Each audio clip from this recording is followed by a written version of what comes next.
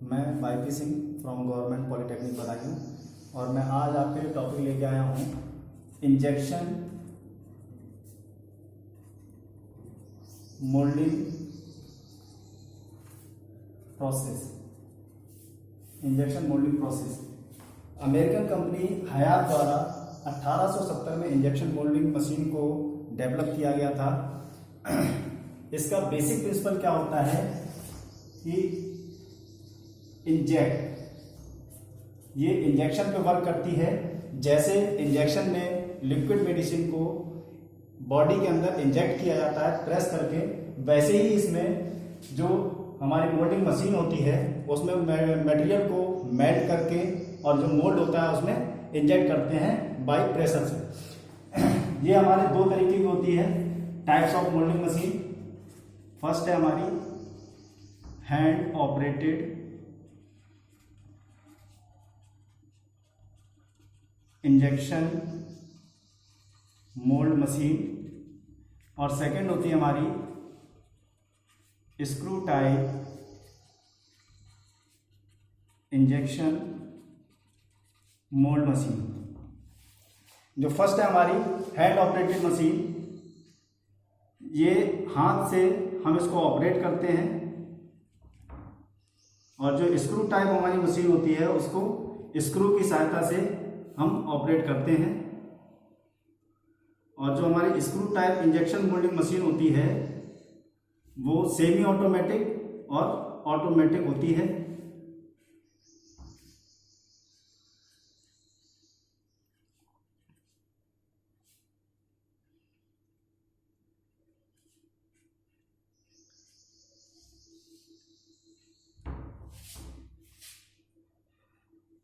ये hand operating machine का figure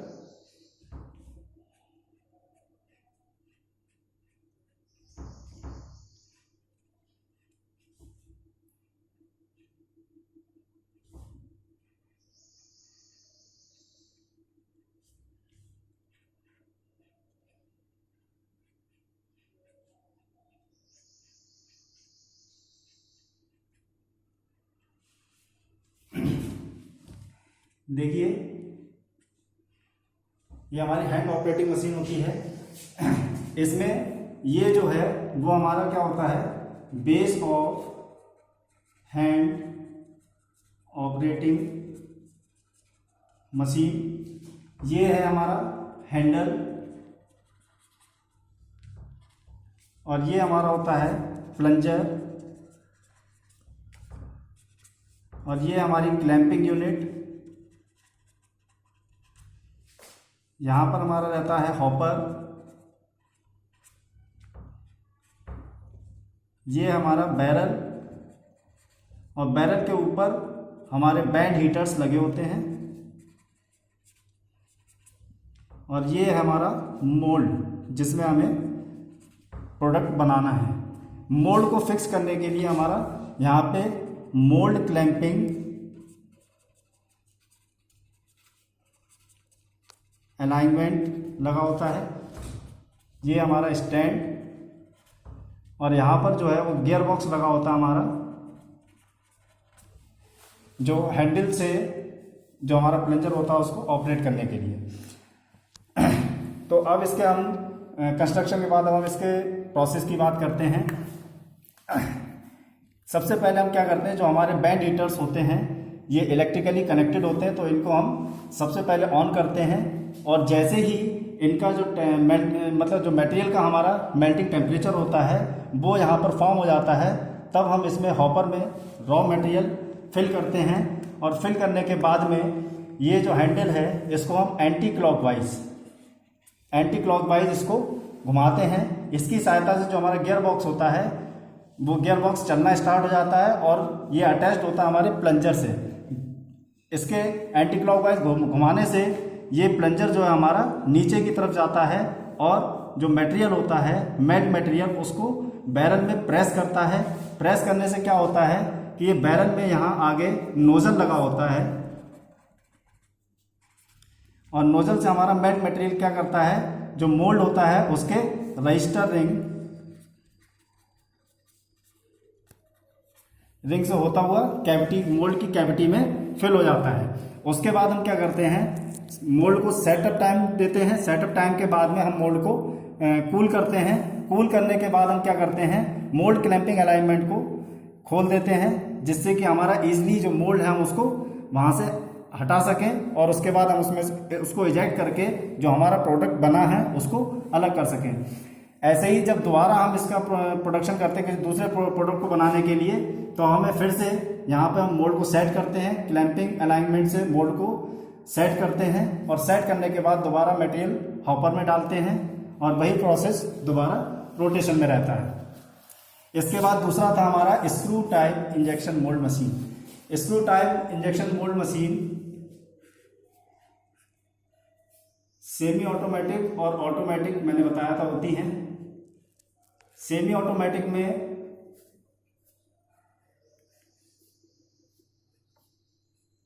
product को हम हाथ से इजेक्ट करते हैं, जबकि जो हमारी ऑटोमेटिक मशीन होती है उसको हम ऑटोमेटिकली ही इजेक्ट किया जाता है। एक और डिफरेंस होता है जो सेमी ऑटोमेटिक और फुल्ली ऑटोमेटिक को अलग बनाता है। सेमी ऑटोमेटिक मशीन में जो हम मोल्ड यूज करते हैं वो मोल्ड 2 प्लेट होता है, जबकि जो ऑटोमेटिक मोल्ड होता है हमारा, ऑटोमेटिक जो मशीन होती है उसमें जो मोल्ड यूज होता है वो हमारा फुल 3 प्लेट मोल्ड यूज होता है।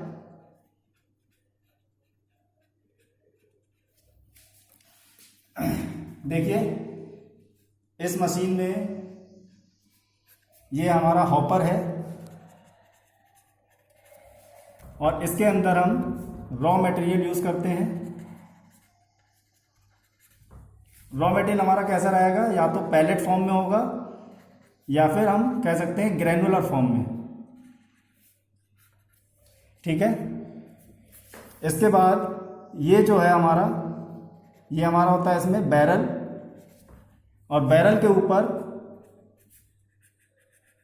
ये जो मैंने ब्लैक किया है ये प्री हीटर्स लगे होते हैं, प्री हीटर्स या बैंड हीटर लगे होते हैं।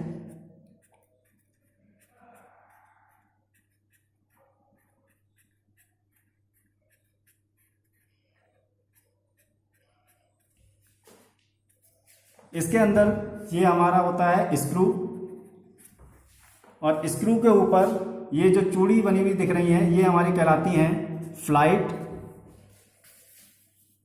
ये यहां पर हमारा होता है नोजल,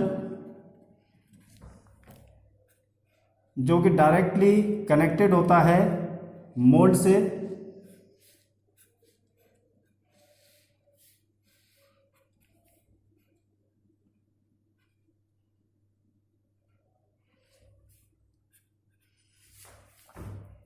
ये मोल्ड की टॉप प्लेट, ये हमारी बैक प्लेट होती है, और जो हमारी बैक प्लेट होगी यानी कि हमारी इजेक्शन सिस्टम जो होगा बैक प्लेट की तरफ होता है, और इस प्लेट को हम कहते हैं मूवेबल प्लेट। और जो हमारी टॉप प्लेट है जो हमारे डायरेक्ट नोजल से अटैच्ड है उसको हम कहते हैं फिक्स्ड प्लेट, क्योंकि ये फिक्स्ड रहती है। मोल्ड में 2 प्लेट होती है हमारी, कोर और कैविटी। ये हमारी कैविटी है जिसमें हमारा प्रोडक्ट बनेगा। नोजल और जो हमारी कैविटी है इसके बीच में जो पाथ है मटेरियल का जो पास होगा नोजल से कैविटी तक, वो हमारा यहाँ पे कहलाता है स्प्रू। ठीक है। स्प्रू हमारा किस तरह का बना होता है,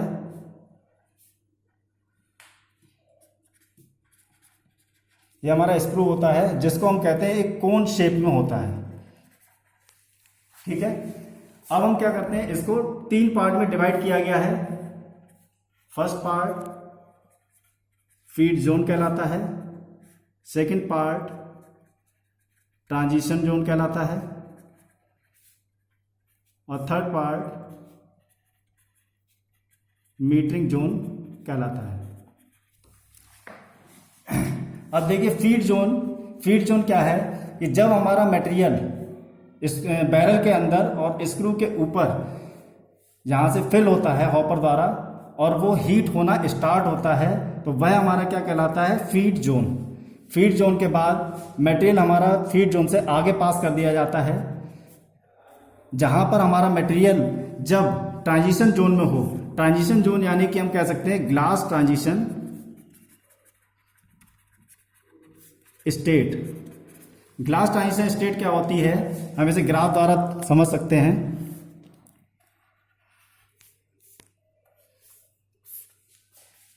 ये हमारा TS हो गया, ये पॉइंट हमारा जो है वो TG, और ये हमारा TM या फिर TF।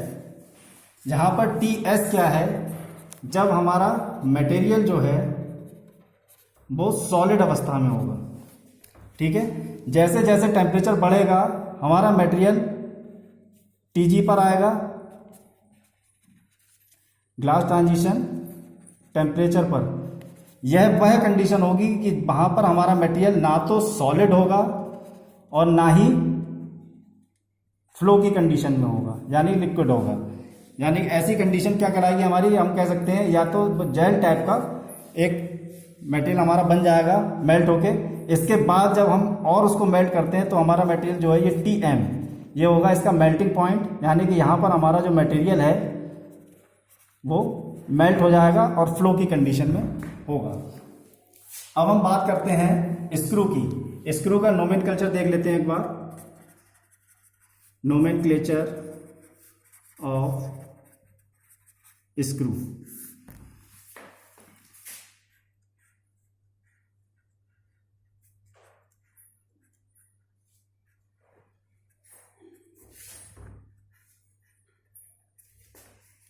ये जो विड्थ है स्क्रू की, जहां पर हमारा मटेरियल हॉपर से फिल होना स्टार्ट होगा, ये विड्थ कहलाती है बियरिंग विड्थ। और ये जो पॉइंट है जहां से हमारी पहली फ्लाइट बनना स्टार्ट हुई होगी वो हमारा कहलाता है फीड पॉकेट। फीड पॉकेट के आगे ये हमारी इस पे चैनल बना होगा, फ्लाइट का चैनल।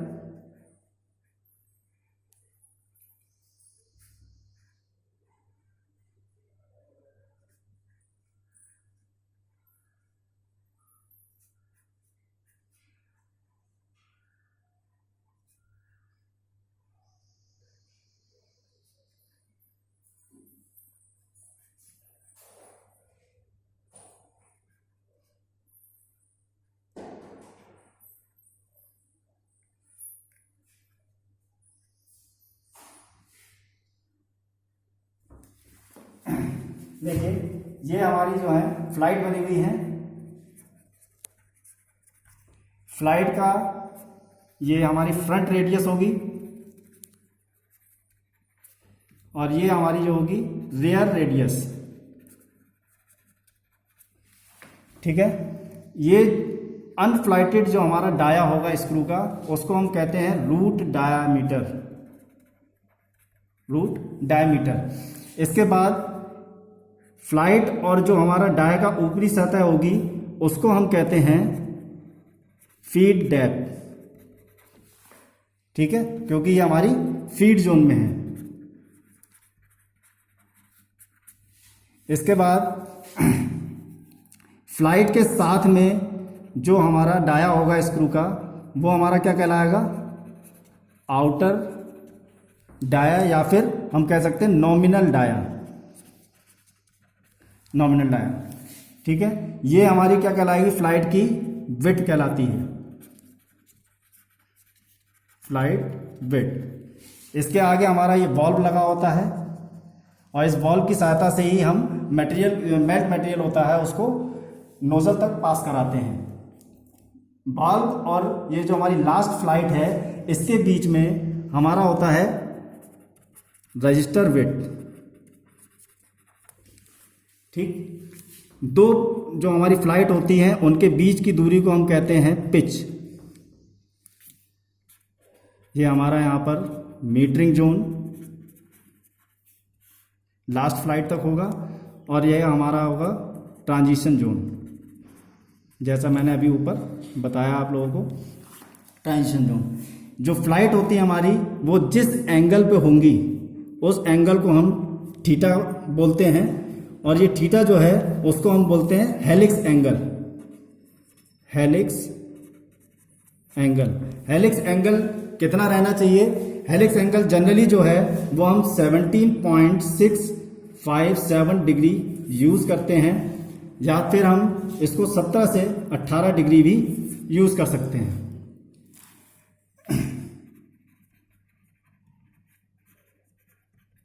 और जो मीटरिंग जोन में हमारी चैनल की डेप्थ होगी वो हमारी कहलाती है मीटरिंग डेप्थ। इसके बाद एक टर्म आती है L/D रेशियो। L/D रेशियो क्या होता है? जो हमारी फ्लाइटेड लेंथ है, यानी कि स्क्रू की जितने में एरिया में, इसके लंबाई में जो हमारी फ्लाइट बनी हुई होंगी वो उसका वो divide by nominal dia of screw, यानी कि flighted length of screw divide by nominal dia of screw, ये हमारा L/D रेशियो कहलाएगा, जो कि थर्मोप्लास्टिक मटेरियल के लिए 18:1 से 24:1 हम यूज करते हैं, और थर्मोसेट प्लास्टिक के लिए हम 12:1 से 16:1 यूज करते हैं। इसके बाद हम वापस आ जाते हैं अपने प्रोसेस पे। इसमें क्या होता है, सबसे पहले हम रॉ मटेरियल जो हमारे प्री हीटर्स लगे हुए हैं इनको टेम्परेचर मेंटेन करते हैं। जैसे मान लीजिए इसका जो पहला हमारा स्टार्टिंग फीड जोन में जो हमारा प्री हीटर लगा होगा उसका टेम्परेचर हमने 150 डिग्री सेंटीग्रेड लिया। इसके बाद ट्रांजिशन जोन में इसका टेम्परेचर लगभग 154 डिग्री सेंटीग्रेड, और जो लास्ट जोन है मीटरिंग जोन उसमें 154 से लेकर 157 डिग्री सेंटीग्रेड लिया। जैसे ही ये टेम्परेचर हमारा मेंटेन हो जाता है तो हॉपर में हम रॉ मटेरियल को फिल करते हैं, जो हमारा बैरल के अंदर स्क्रू के ऊपर आ जाता है, और स्क्रू यहाँ पर हमारा रहता है रोटेशन में, एक मोटर द्वारा कनेक्टेड होता है, रोटेशन में रहता है स्क्रू, कंटिन्यूसली हमारा स्पीडली रोटेट होता है, जिसकी वजह से ये फ्लाइट क्या करती हैं, इस मटेरियल को आगे पास कराने का काम करती हैं। जैसे ही हमारा ये मटेरियल ट्रांजिशन जोन में आएगा तो हमारा मटेरियल जो है कन्वर्ट होना स्टार्ट हो जाएगा मेल्टिंग के लिए, और जैसे ही यहाँ पर ये लास्ट जोन जो है हमारा मीटरिंग जोन, यहाँ पर हमारा मटेरियल क्या होगा, मेल्ट हो जाएगा पूरी तरह से, और फ्लो होता हुआ नोजल में आता है। नोजल से हमारा रजिस्टर रिंग द्वारा होता हुआ स्प्रू बनाता है, स्प्रू के साथ में इस कैविटी में फिल हो जाता है। उसके बाद हम इसको सेट करते हैं मोल्ड को। मोल्ड सेट होने के बाद में हम इसको कूल करते हैं, और जो हमारा मूवेबल पार्ट होता है उसको हम अलग करते हैं, ओपन करते हैं। ओपन करने के बाद जो इजेक्शन सिस्टम होता है उसकी सहायता से प्रोडक्ट को इजेक्ट करते हैं। इसमें एक और टर्म आती है हमारी पार्टिंग लाइन। पार्टिंग लाइन क्या होती है? जहां पर भी हमारे मोल्ड के दोनों हाफ एक दूसरे से जुड़ते हैं वहां पर हमारा प्रोडक्ट जो होगा वो पार्टिंग लाइन देता है। उसमें एक लाइन बन के आती है जिसे हम पार्टिंग लाइन बोलते हैं। इसके बाद क्या है, एक टर्म और आती है आपकी शॉर्ट कैपेसिटी। शॉर्ट कैपेसिटी क्या होती है? इंजेक्शन मोल्ड मशीन में इस जो हमारा इंजेक्ट किया हुआ मटेरियल है, यानी कि एक बार में मशीन जो है कितना मेल्ट मटेरियल इंजेक्ट करती है, यानी एक शॉट में कितना मटेरियल भेजती है, वो हमारी उसकी शॉर्ट कैपेसिटी कहलाती है। फिर अगली टर्म आती है शॉर्ट वेट। शॉर्ट वेट क्या होता है? जो मटेरियल मोल्ड के अंदर प्रोडक्ट बनाने के लिए यूज हो रहा है उसकी जो अमाउंट होगी वो हमारी क्या कहलाती है? Short wait. शॉर्ट वेट कहलाता है। मोल्ड अगर हमारा मल्टी कैविटी है, यानी कि उसमें कई सारे आर्टिकल हमारे या प्रोडक्ट जो है वो बन रहे हैं, ये होगा पार्ट। जैसे इस फिगर में 4 पार्ट मैं इसको शो कर रहा हूं कि 4 पार्ट बन रहे हैं। तो जो नोजल से हमारा स्क्रू बन रहा है, ये स्क्रू है, यहां से हमारा नोजल से आया हुआ मटेरियल होगा, ये स्क्रू बनता है। स्क्रू के बाद में इन चारों कैविटीज में मटेरियल किस तरह से फिल होता है? ये मटेरियल जाता है इस तरह से, ये पास होता है, ये पासेज पे हमारा कहलाता है रनर के बाद में इन दोनों कैविटी तक जो हमारा पाथ होगा वो हमारा कहलाता है सब रनर और ब्रांच रनर। ठीक है, ब्रांच रनर के बाद यहां पर हमारा गेट मार्क होगा।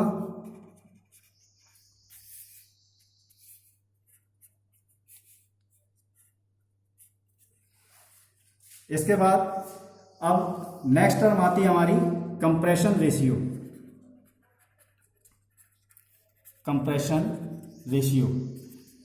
कंप्रेशन रेशियो क्या होता है? जो हमारा ये फीड हमने यहां दिखाया था, फीड जोन में क्या होता है हमारा, ये जो चैनल डेप्थ है, यहां पर ये चैनल डेप्थ जो है feed zone channel depth is greater than, जो मीटरिंग जोन की हमारी डेप्थ होगी चैनल की,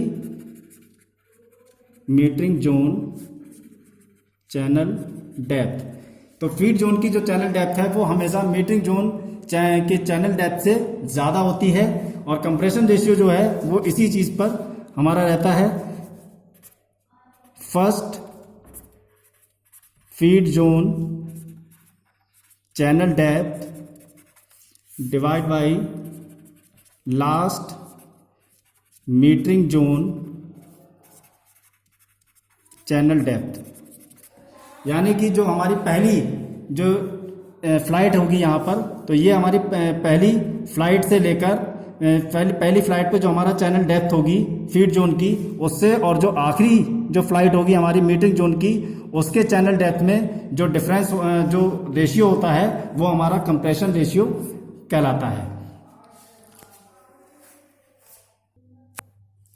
इसके बाद जो हमारा यहाँ पर मोल्ड की प्रोसेसिंग होती है उसको हम साइकिल टाइम से डिनोट कर सकते हैं। साइकिल टाइम, एक साइकिल टाइम में हमारा एक प्रोडक्ट बनता है, उसको हम कैसे कैलकुलेट करते हैं वो हम इस फिगर से समझ सकते हैं।